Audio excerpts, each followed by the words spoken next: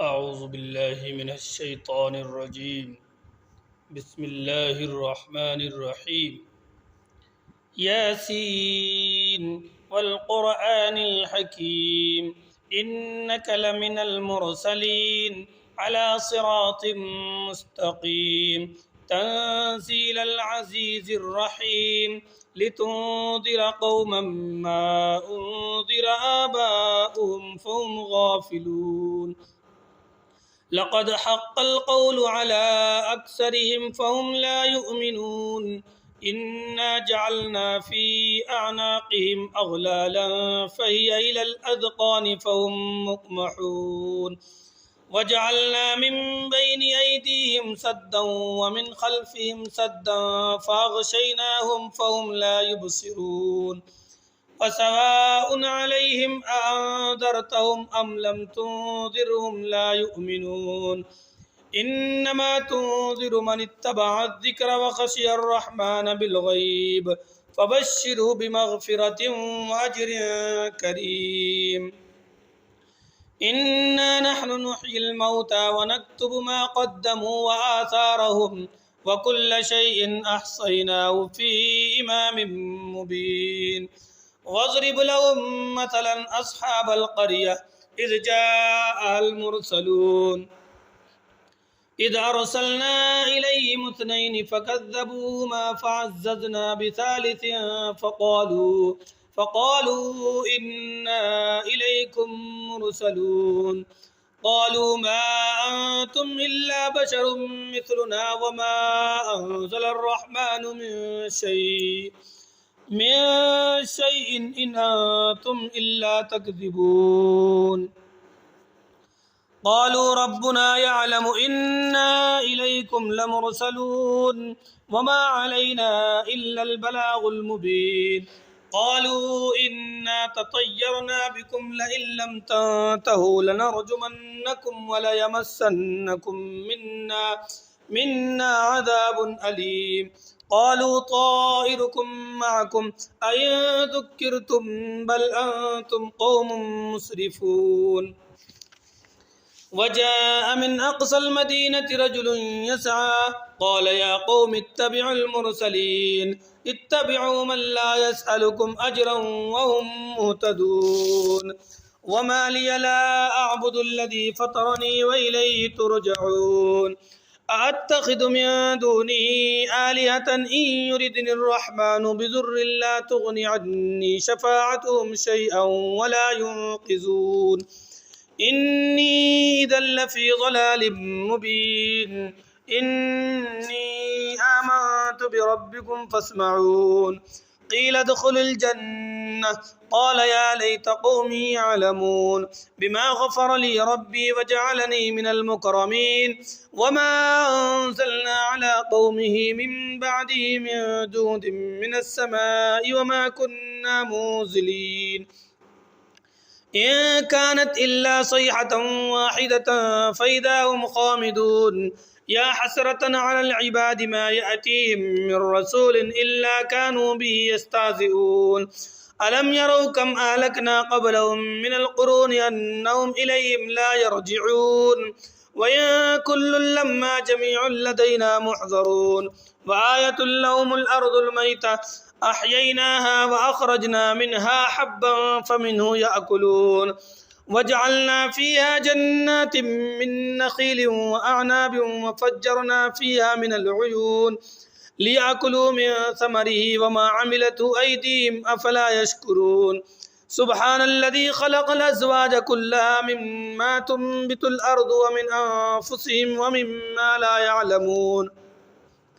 وآية لهم الليل نسلخ منه النهار فإذا هم مظلمون والشمس تجري لمستقر لها ذلك تقدير العزيز العليم والقمر قدرناه منازل حتى عاد كالعرجون القديم لا الشمس ينبغي لها أن تدرك القمر ولا الليل سابق النهار وكل في فلك يسبحون وآية لهم أنا حملنا ذريتهم في الفلك المشحون وخلقنا لهم من مثله ما يركبون وإن نشأ نغرقهم فلا صريخ لهم ولا هم ينقذون إلا رحمة منا ومتاعا إلى حين وإذا قيل لهم اتقوا ما بين أيديكم وما خلفكم لعلكم ترحمون وما تأتيهم من آية من آيات ربهم إلا كانوا عنها معرضين وإذا قيل لهم أنفقوا مما رزقكم الله قال الذين كفروا للذين آمنوا أنطعم من لو يشاء الله أطعمه إن أنتم إلا في ضلال مبين ويقولون متى هذا الوعد إن كنتم صادقين ما ينظرون إلا صيحة واحدة تأخذهم وهم يخصمون فلا يستطيعون توصية ولا إلى أهلهم يرجعون ونفخ في الصور فإذا هم من الأجداث إلى ربهم ينسلون قالوا يا ويلنا من بعثنا من مرقدنا هذا ما وعد الرحمن وصدق المرسلون إن كانت إلا صيحة واحدة فإذا هم جميع لدينا محضرون فاليوم لا تظلم نفس شيئا ولا تجزون إلا ما كنتم تعملون